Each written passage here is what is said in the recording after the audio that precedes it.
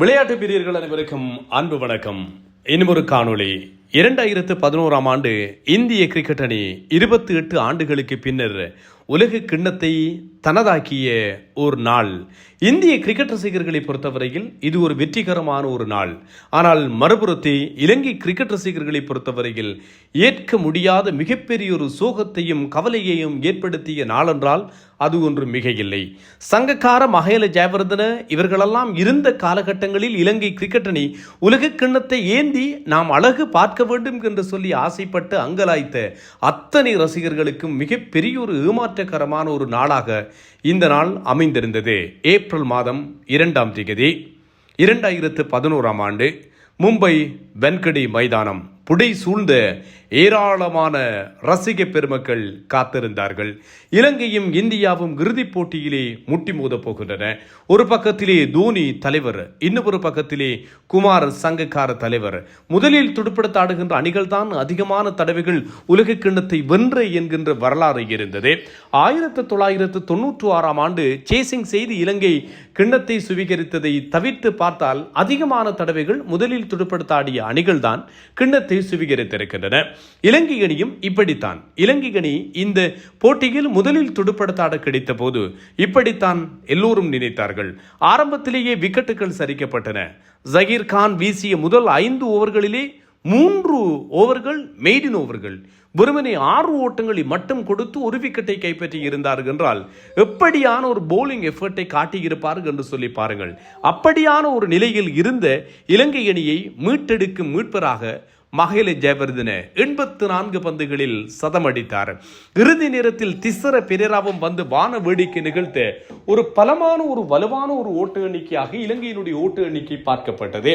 இந்த ஓட்டு எண்ணிக்கை என்பது அது முதல் இன்னிங்ஸ் நிறைவுக்கு வந்திருந்த போதே இலங்கை ரசிகர்கள் அதிகமானவர்கள் பெருமிதம் கொண்டார்கள், மிக பெருமளவிலே நம்பிக்கை கொண்டார்கள். ஆம், 1996 ஆண்டுக்கு பின்னர் இலங்கையர்கள் கைகளிலே மீண்டும் ஒரு உலக கிண்ணம் தவழப் போகிறது என்று சொல்லி எல்லோரும் நினைத்தார்கள். ஆனால் அந்த நினைப்பு, அந்த எதிர்பார்ப்பு மிக பெரிய அளவிலே இலங்கை ரசிகர்களுக்கு ஈடாகவில்லை என்பதுதான் ஏமாற்றத்தை ஏற்படுத்திய ஒரு நிகழ்வு. மகேந்திர சிங் தோனி, கம்பீர் இருவருக்கும் இடையிலான இணைப்பாட்டம் இந்தியாவை கரை சேர்த்திருந்தது. இலங்கை அணி 274 ஓட்டங்களை பெற்றது. 6 விக்கெட்டுகளை இழந்து இந்திய அணி 10 பந்துகள் மீதம் இருக்க 6 விக்கெட்டுகளால் போட்டியிலே வெற்றி பெற்று உலக கிண்ணத்தை வெற்றி கொண்டது. தோனி அடித்த அந்த இறுதி 6, சுனில் கவாஸ்கர் உள்ளிட்டவர்கள் ஏராளமானவர்கள் போட்ட ஆட்டம், வர்ணனையாளராக இருந்த ரவி சாஸ்திரியினுடைய அந்த உச்சபட்ச கமெண்ட்ரி, இதையெல்லாம் இந்திய ரசிகர்களுக்கு மிகப்பெரிய ஒரு மெய்சில் இருக்கின்ற சம்பவங்களாக மாறி போனது. இந்த போட்டியை இப்போதுதான் பார்த்தது போல் நமக்கு இருக்கிறது. 15 ஆண்டுகள் நிறைவுக்கு வந்திருக்கிறது. உங்களுக்கு ஏராளமான நினைவுகள் இது தொடர்பில் இருக்கும். இந்த போட்டியை நீங்கள் எங்கே பார்த்தீர்கள், எப்படி பார்த்தீர்கள், யார் யாரெல்லாம் உங்களோடு இருந்தார்கள், என்ன மனநிலையில் இருந்தீர்கள் என்று சொல்லி இதையெல்லாம் மீட்டி பார்ப்பதற்கு ஏதுவாகத்தான் இந்த காணொளியை உங்களுக்காக நான் தந்து கொண்டிருக்கிறேன். 274 ஓட்டங்கள் என்பது உலகக்கிண்ண வரலாற்றில் ஒரு இறுதிப் போட்டியிலே பெறப்பட்ட மிகப்பெரிய ஒரு ஓட்ட எண்ணிக்கையாகத்தான் பார்க்கப்பட்டது. தரங்க சஹீர்கானுடைய பந்துவீச்சிலே ஆட்டமிழந்தார் 2. டில்ஷான் 33 ஓட்டங்கள், ஹர்பஜனுடைய பந்துவீச்சில் போல்ட் ஆனார். அணித்தலைவர் குமார் சங்கக்கார பெறுமதியான 48 ஓட்டங்கள். மஹேல ஜெயவர்தன 103 ஓட்டங்களை பெற்றார். அதுவும் இறுதி 2-3 ஓவர்களிலே மஹேல ஜெயவர்தனுடைய சிறப்பான துடுப்பாட்டம் இலங்கைக்கு மிகப்பெரிய ஒரு நம்பிக்கையை ஏற்படுத்தியது. சமரவீர 21, சாமர கப்புகேதர் 1, நுவான் குலசகர 30 பந்துகளிலே 32, திஸ்ஸர பெரேரா 9 பந்துகளிலே 22 என்று நல்ல பங்களிப்பை கொடுத்தார்கள். மேத்யூ உபாதைகள் காரணமாக விளையாடி இருக்கவில்லை என்பது இங்கே இலங்கைக்கு பெருத்த பின்னடைவை கொடுத்திருந்தது என்பதும் ஞாபகப்படுத்தத்தக்கது. சுராஜ் ரண்டீவ் திடீரென்று அணிக்குள்ளே கொண்டு வரப்பட்டார். முத்தையா, முரளிதரன், லசித் மலிங் ஆகியோரெல்லாம் அணிக்குள்ளே இருந்தார்கள். முதல் 5 ஓவர்களிலே 6 ஓட்டங்களை மட்டுமே விட்டுக் கொடுத்த ஜகீர் கான் மொத்தமாக 10 ஓவர்களிலே 60 ஓட்டங்களை விட்டுக் கொடுத்தார், 2 விக்கெட்டுகள். ஸ்ரீசாந்த் இறுதிப் போட்டிக்காக களமிறக்கப்பட்டார். 8 ஓவர்கள் 52 ஓட்டங்கள். முனா பட்டேல் 9 ஓவர்கள் 41. அரையிறுதி ஆட்டத்திலே ஆஷிஷ் நெஹ்ரா உபாதை அடைய அவருக்கு பதிலாகத்தான் ஸ்ரீசாந்த் அணிக்குள்ளே கொண்டு வரப்பட்டார் என்பதும் ஞாபகப்படுத்தக்கூடியது. ஹர்பஜன் 10 ஓவர்கள் 50, யுவராஜ் 10 ஓவர்கள் 49க்கு 2 என்று சொல்லி விக்கெட்டுகளை கைப்பற்றினார்கள். இந்தியாவை பொறுத்தவரையில் இந்தியாவுடைய முதல் 2 விக்கெட்டுகளும் வெறுமனே 31 ஓட்டங்களுக்குள் வீழ்த்தப்பட்டன. சச்சின் டெண்டுல்கரையும் அதே போன்று வீரேந்திர சேவாக்கையும் ஆட்டமிழக்க செய்துவிட்டு மலிங்க அந்த மைதானத்திலே அவருடைய ட்ரேட்மார்க் செலிபிரேஷனோடு ஓட்டி வருவார் பாருங்கள். அப்படியான ஒரு ஓட்டம் மைதானம் எங்கும் ரசிகர்கள் ஆர்ப்பரித்தார்கள். தொலைக்காட்சிகளிலே போட்டியை பார்த்து கொண்டிருந்தவர்கள் எல்லாம் துள்ளி குதித்தார்கள். ஏனென்றால் சேவாக்கையும் சச்சின் டெண்டுல்கரையும் அப்படி ஆட்டமிழக்க செய்வது என்பது, அதுவும் ஒரு பிக் ஃபைனல், ஒரு மிகப்பெரிய ஒரு இறுதிப் போட்டி ஒன்றிலே ஆரம்ப வீரர்கள் விரைவாகவே ஆட்டமிழந்து செல்வது என்பது ஒட்டுமொத்தமான அணிக்கும் பாரிய பிரஷரை ஏற்படுத்தும். அப்படி துள்ளி குதித்தோம். நான் அப்போது ஒரு வானொலியிலே வேலை செய்து கொண்டு வானொலியிலே நேரடியாக இந்த போட்டிகளினுடைய வர்ணனையாளராக செயற்பட்டுக் கொண்டிருந்தேன். அந்த தருணங்களில் அங்கிருந்த அறிவிப்பாளர்களும் சரி, சகோதர மொழி அறிவிப்பாளர்களும் சரி, போட்ட ஆட்டம், குதித்த துள்ளல் எல்லாம் இன்றும் மறக்க முடியாததாக இருந்தது. ஆனால் இந்த ஆர்ப்பரிப்பும் ஆரவாரங்களும் நீண்ட நேரத்துக்கு நின்று நிலைத்திருக்கவில்லை என்பது சுட்டிக்காட்டக்கூடிய ஒரு விஷயம். கம்பீர் 3ஆம் இலக்கத்திலே விளையாடினார். 97 ஓட்டங்களை கம்பீர் பெற்றுக்கொண்டார்.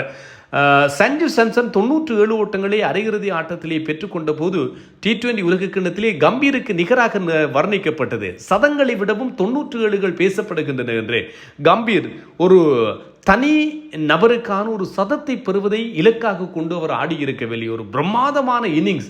என்னதான் நாங்கள் தோனி பேரிலே உலகக்கிண்ண வெற்றியை கொண்டாடினாலும் அதனை பார்த்தாலும் புகழ்ந்தாலும் உண்மையில் கம்பீரனுடைய அன்றைய இன்னிங்ஸ் இருக்கவில்லை என்று சொன்னால் இந்தியா உலக கிண்ணத்தை ஏந்தி இருக்க முடியாது. 122 பந்துகளில் 97 ஓட்டங்களை பெற்றுக்கொண்டார். அதுவும் ஒரு ரன் அவுட் செய்வதற்கான ஒரு அருமையான வாய்ப்பு ஒன்று கிட்டியது. குமார் சங்கக்கார அந்த ரன் அவுட் வாய்ப்பை நழுவ விட்டார். அந்த ஜெர்சி அவர் டைவ் அடித்து மைதானத்திலே அந்த சேறு படிந்த அந்த ஜெர்சி இன்னும் கம்பீரனுடைய வீடிலே பிரேம் போட்டு அப்படியே தொங்கவிடப்பட்டிருக்கிறது என்பதும் சுட்டிக்காட்டக்கூடிய ஒரு விஷயம். விராட் கோலி 35 ஓட்டங்கள். அப்போது நம்பர் 1 பேட்டராக விராட் கோலி இருந்தார். விராட் கோலியினுடைய கரியரினுடைய ஆரம்ப காலகட்டம் என்று சொல்லலாம். ஆனால் யாரை அணிக்குள்ளே சேர்ப்பது, ரோஹித் சர்மாவிலேயே அணிக்குள்ளே சேர்க்காமல் விராட் கோலிக்கு வாய்ப்புகளை கொடுத்தார்கள் என்பதும் ஞாபகப்படுத்தத்தக்கது. நம்பர் 4 பேட்டராக விராட் கோலி தான் விளையாடினார். இதிலே பல விஷயங்களை நாங்கள் குறிப்பிடலாம். நான் வர்ணனையின் போது அப்போது ஒரு விடயத்தை குறிப்பிட்டிருந்தேன். இப்போதும் எனக்கு ஞாபகம் இருக்கிறது. நாங்கள் தோனியை கொண்டாடுகிறோம், கம்பீரை கொண்டாடுகிறோம். ஆனால் அப்போது 22 வயது என்று சொல்லி நினைக்கிறேன் விராட் கோலிக்கு. ஒரு இளம் வயது வீரராக, அதுவும் சிவாக்கும் சச்சினும் ஆட்டமிழந்த கையோடு ஆடுகளும் புகுந்து 3வது விக்கெட்டுக்கு ஒரு நல்ல இணைப்பாட்டத்தை கொடுப்பது என்பது நினைத்து பார்க்க முடியாத ஒரு சாதனை. அன்று விராட் கோலியினுடைய இன்னிங்ஸ் என்பது கிட்டத்தட்ட நான் வர்ணனையில் குறிப்பிட்ட விஷயம், ஒரு சதத்துக்கு நிகரான ஒரு இன்னிங்ஸை தான் அன்று விராட் கோலி ஆடினார். 49 பந்துகளில் 35 ஓட்டங்கள் தான் பெறப்பட்டிருந்தது. ஆனாலும் கூட மிகச் சிறப்பாக 83 ஓட்டங்கள் இணைப்பாட்டம் கம்பீர் மற்றும் விராட் கோலி ஆகியோருக்கு இடையிலே புரியப்பட்டது. 2 விக்கெட்டுகள் விரைவாகவே இழக்கப்பட 83 ஓட்டங்கள் ஒரு இளம் வீரர் ஒருவர் அணிக்குள்ளே வந்து பிரஷரான சிச்சுவேஷனிலே இவ்வளவு ஒரு இணைப்பாட்டத்தை கொடுப்பது என்பது தூக்கி நிறுத்தியது இந்தியாவை. இந்தியாவிற்கு மிகப்பெரிய ஒரு நம்பிக்கையை ஏற்படுத்தியது. விராட் கோலி ஆட்டமிழக்கின்ற போது 114 ஓட்டங்கள். அப்போதும் இந்தியா உலக கிண்ணத்தை வெல்வதற்கான எதிர்நிலைகளோடு இருக்கவில்லை. ஆனால் விராட் கோலி நம்பகமான ஒரு அடித்தளத்தை ஏற்படுத்தி கொடுத்தார். 35 ஓட்டங்கள். அது ஒரு பெருமதியானது. அதற்கு பின்னர் கம்பீரும் தோனியும் சேர்ந்து ஜமாய்த்தார்கள். இலங்கை பந்து வீச்சாளர்களை திக்குமுக்காட செய்தார்கள். வளமையாக யுவராஜ் தான் அந்த இடத்திலே வருவார். இவர் பேடை கட்டிக்கொண்டு கேரிகஸ்டனிடம் போய் சொன்னார், அங்கே முரளிதரன் பந்து வீசிக் கொண்டிருக்கின்ற காரணத்தால் இப்போது யுவி தேவையில்லை, நான் விளையாடுகிறேன் என்று சொல்லி. அதுவரைக்கும் அவுட் ஆஃப் ஃபார்மிலே தான் இருந்த தோனி அன்று வந்து 91 ஓட்டங்களை பெற்றுக்கொண்டார். 79 பந்துகளில் 2 சிக்ஸர் அடங்கலாக. கம்பீர் 97 ஓட்டங்கள். இறுதி நேரத்திலே போட்டி இலகுவானதோடு யுவராஜும் வந்து 21 ஓட்டங்களை பெற்றுக்கொள்ள உதிரிகள் 15 10 பந்துகள் மீதம் இருக்க இந்தியா வென்றது. மலிங்க 2 விக்கெட்டுகளை கைப்பற்றினார். ஆரம்பத்தில் வீழ்த்திய அந்த 2 விக்கெட்டுகளும் தான். திசர பெரேராவிற்கு 1 கிடைத்தது, டில்ஷானுக்கு 1 கிடைத்தது. முரளிக்கு விக்கெட்டுகளே கிடைக்கவில்லை என்பது ஏமாற்றமானது. அன்றோடு முரளி சர்வதேச ஒருநாள் போட்டிகளில் இருந்து ஓய்வை அறிவித்து விடைபெற்றிருந்தார் என்பதும் ஞாபகப்படுத்தத்தக்கதாக இருக்கிறது. இப்படி ஏராளமான பசுமையான நினைவுகள் சுமந்த ஒரு நாள் இன்றைய நாள். குறிப்பாக இந்தியாவின் உலகக்கிண்ண வெற்றிகளிலே கம்பீர், தோனி இவர்கள் எல்லோரையும் விட யுவராஜ் தொடர் நாயகன் விருதை வென்று இந்திய கிரிக்கெட் ரசிகர்களை பொறுத்தவரையில் மறக்க முடியாத ஒரு சாதனையை அவர் ஏற்படுத்தி கொடுத்தார். புற்றுநோயால் போராடி கொண்டிருந்த யுவராஜ் எவ்வளவு தூரம் இந்தியாவிற்கு பெருத்த பங்களிப்பை கொடுத்தார் என்பது இன்றும் வரலாறு பேசி நிற்கின்ற மிக முக்கியமான விடயங்கள் என்று சொல்லலாம். சச்சின் டெண்டுல்கரை பொறுத்தவரையில் 482 ஓட்டங்களை குவித்தார். ஷெவாக் 380 ஓட்டங்கள், கம்பீரை பொறுத்தவரையில் 393, விராட் கோலி 282, யுவராஜ் 15 விக்கெட்டுகளும் 362 ஓட்டங்களையும் தொடர் முழுவதுமாக பெற்றுக்கொண்டார். இறுதிப் போட்டியில் பெற்றுக்கொண்ட 91 ஓட்டங்களை சேர்த்துத்தான் 241 ஓட்டங்களை தோனி பெற்றார். அதுவரைக்கும் தோனி அந்த தொடரில் பெரிதாக பிரகாசித்திருக்கவில்லை. இது மாத்திரமல்லாமல் சுரேஷ் ரெய்னாவினுடைய மிகச் சிறப்பான நாக் அவுட் ஆட்டங்களிலே அவருடைய செயற்பாடுகள். ஜகீர் கானை பொறுத்தவரையில் தொடர் முழுவதும் எல்லா போட்டிகளிலுமே விக்கெட்டுகளை கைப்பற்றினார். மொத்தம் 21 விக்கெட்டுகள், ஹர்பஜன் 9 விக்கெட்டுகள். இது மாத்திரமல்லாமல் முனாப் பட்டேல் 11 விக்கெட்டுகள். பாகிஸ்தான் அணிக்கு எதிரான முக்கியமான ஆட்டங்களிலே, நாக் அவுட் ஆட்டங்களிலே ஆஷிஷ் நெஹ்ராவினுடைய பந்து வீச்சு என்று சொல்லி மிக சிறந்த வகையிலே இந்தியா தொடர் முழுவதும் செயற்பட்டிருந்தது என்பதும் ஞாபகப்படுத்தத்தக்கது. 28 ஆண்டுகளுக்கு பின்னர் இந்தியாவிற்கு ஒரு உலக கிண்ணம் கிடைத்தது. 15 ஆண்டுகளுக்கு பின்னர் ஒரு ICC உலக கிண்ணம் ஒன்று இந்தியாவிற்கு கிடைத்திருந்தது என்பதும் நினைவுபடுத்தத்தக்கது. வரலாற்றில் மறக்க முடியாத ஒரு நாள். இளைஞர் ரசிகர்களுக்கு அது சோகமான நாளாக இருந்தாலும் இந்தியாவினுடைய கிரிக்கெட் என்பது புத்துயிர் பெற்றது 2011. அப்போது 2011 கரிகஸ்டன் தலைமை பயிற்சியாளராக இருந்தார். அவர்தான் இப்போது இலங்கை கிரிக்கெட்டினுடைய மீட்பராக தற்போதைய இலங்கையினுடைய தலைமை பயிற்சியாளர். ஆகவே இலங்கை ரசிகர்களே, நம்பிக்கையோடு இருக்கலாம். கரிகஸ்டன் நிச்சயமாக அணியை மீட்டெடுப்பார்கள் என்று சொல்லி நம்பலாம். அப்போது கரிகஸ்டன் இந்த 2011 உலகக்கிண்ண வெற்றிகளுக்கு பின்னர் ஓய்வு பெற டங்கன் ஃபிளெச்சர் ஜிம்பாப்வேயினுடைய முன்னாள் ஆட்டக்காரர், இங்கிலாந்தினுடைய தலைமை பயிற்சியாளராக இருந்தவர். அவர் சொன்ன கருத்து எனக்கு இன்றும் ஞாபகம் இருக்கிறது. அப்போது அவர் தலைமை பயிற்சியாளராக வந்துவிட்டு அவர் சொன்னார், இன்னும் 10-15 ஆண்டுகளுக்கு இந்தியாவை அசைத்து பார்க்க முடியாது. கிரிக்கெட் உலகை ஆஸ்திரேலியா எப்படி ஆண்டதோ அப்படி இந்தியா இன்னும் அடுத்து வருகின்ற குறைந்தது 10 ஆண்டுகள் 15 ஆண்டுகளுக்கு இந்தியா ஆளும் என்று சொன்னார். இப்போது 2026 15 ஆண்டுகள் நிறைவுக்கு வந்திருக்கிறது. இந்தியா ICC கோப்பைகளை சர்வ சாதாரணமாய் குவித்துக் கொண்டிருக்கிறது.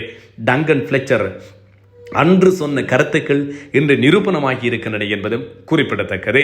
ஒரு சுவாரஸ்யமாக இருக்கட்டுமே என்று இந்த காணொளியை தயாரித்திருக்கிறேன். இலங்கை ரசிகர்கள் வேதனையோடு இருப்பார்கள், இந்திய ரசிகர்கள் கொண்டாட்டத்தோடு இருப்பார்கள். ஆனால் இலங்கையும் இந்தியாவும் விளையாடிய ஒரு இறுதிப் போட்டி தானே, அதனுடைய நினைவுகள் சுமந்து இந்த காணொளி வந்திருக்கிறது. உங்கள் கருத்துக்களை நீங்கள் தாராளமாய் பதிவிடுங்கள். நான் தில்லையம்பலம் தரணிதரன்.